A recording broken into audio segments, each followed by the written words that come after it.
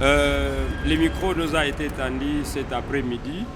C'est juste pour parler de ce grand événement qui est organisé sur nos installations ici, comme vous nous voyez.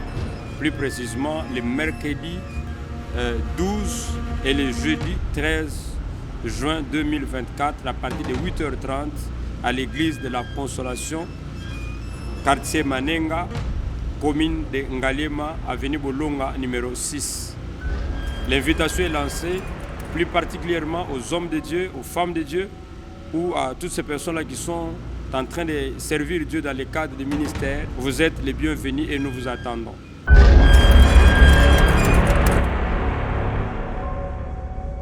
Chaque porte qui te résiste, tu arraches ses patins, tu les mets sur tes épaules. À qui je parle, à qui je parle, à qui je parle, à qui je parle.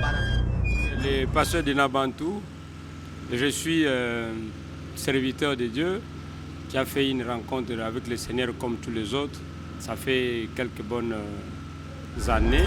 Je suis marié, père d'une famille et je suis le pasteur responsable, comme on dit, ou titulaire de l'église La Consolation qui se trouve à Mbinza, plus précisément c'est l'avenue Bolongo numéro 6, quartier Manenga, commune Ngalema. C'est là où vous venez nous trouver. Quelle est cette porte qui t'interdit de partir?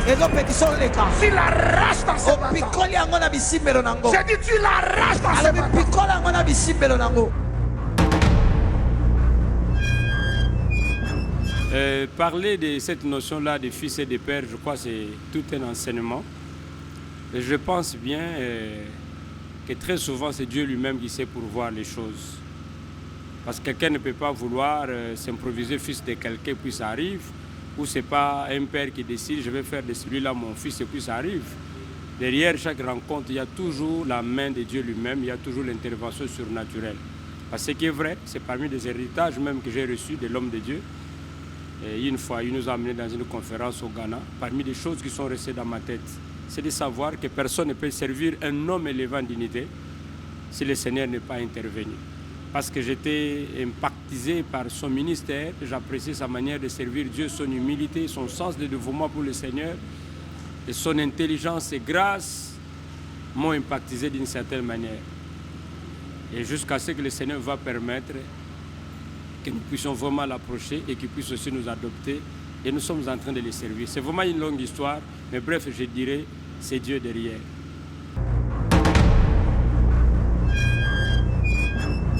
Prends la place de Dieu à la porte. Prends ses postes de décision. Est-ce que tu m'as entendu? Tu m'as entendu? École du ministère, parce que nous estimons que même dans le monde spirituel ou dans les choses du Seigneur, quel que soit ce que pouvait être, et là où vous êtes arrivés, avec beaucoup d'humilité, avec beaucoup de modestie, il faut toujours reconnaître qu'il y a des gens qui sont venus avant nous, qui ont tracé le schéma avant nous, qui ont fait des expériences avec le Seigneur, dans n'importe quel domaine. Je dirais même, pas seulement dans les domaines spirituels. Il y a toujours des gens qui nous ont précédés, qui ont déjà un parcours avec le Seigneur. Et des moments de l'école, ce sont des moments où peut-être on a l'occasion de s'asseoir, d'écouter un aîné, un père qui a déjà fait du chemin avec le Seigneur, qui a des expériences à partager et surtout l'impact du travail qu'il est en train de faire dans la ville et même dans notre continent et même au monde. L'impact de son travail est très remarquable. Alors l'école peut être un cadre qui peut nous permettre de nous asseoir, peut-être pour écouter, partager de l'expérience. Il a des choses à partager avec nous. Voilà pourquoi nous voulons nous retrouver dans ce cadre que nous appelons école.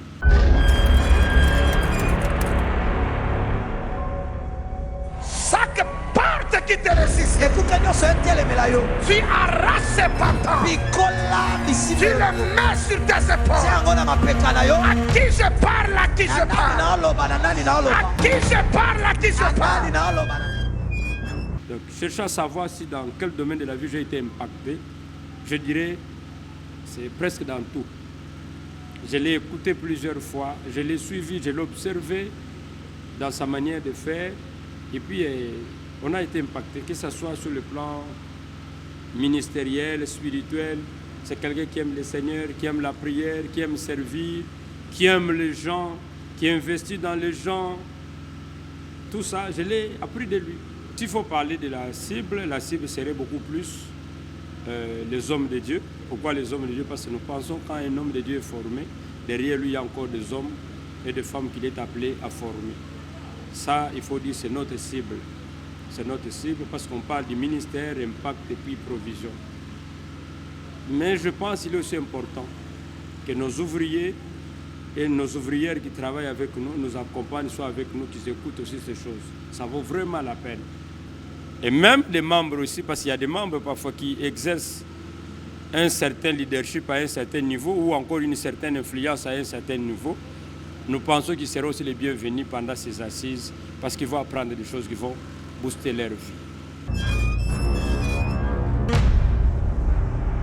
Quelle est cette porte qui t'interdit de partir? Tu l'arraches dans ce matin.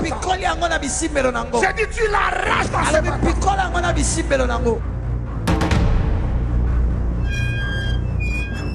D'abord, il faut dire que le thème, ce n'est pas nous qui l'avons choisi, c'est l'évêque lui-même qui a choisi.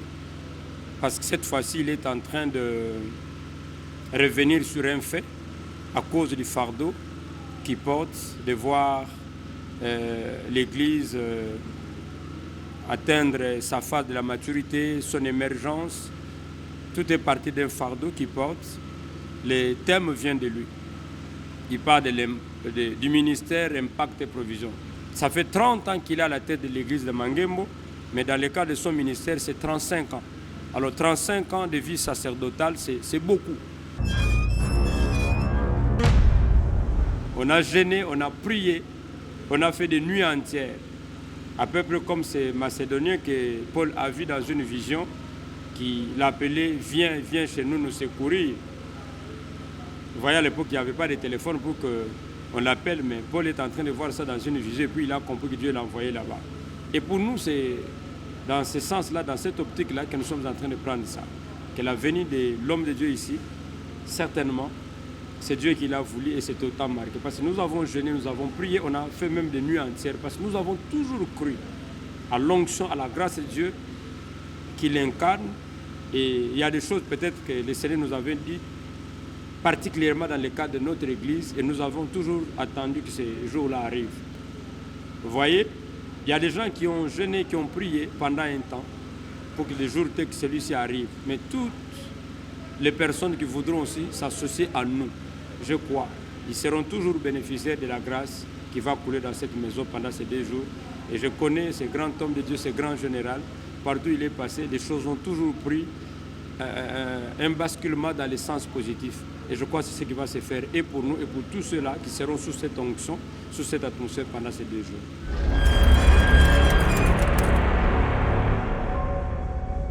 Chaque porte qui te résiste, tu arraches ses patins, tu les mets sur tes épaules. À qui je parle, à qui je parle, à qui je parle, à qui je parle.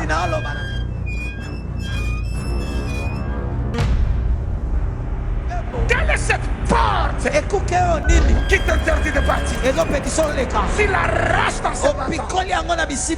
J'ai dit tu l'arraches dans ce matin.